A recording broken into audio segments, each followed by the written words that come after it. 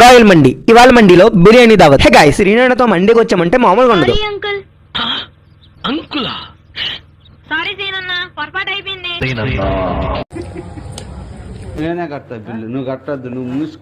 మేమిచ్చిన order అయితే వచ్చేసింది. మా బాబులు అయితే మొత్తం ఒకేసారి తినేద్దాం చూస్తున్నాడు.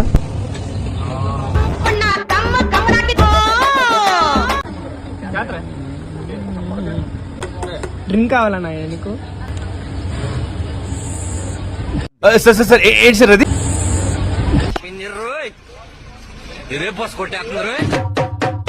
Get ready with me to go.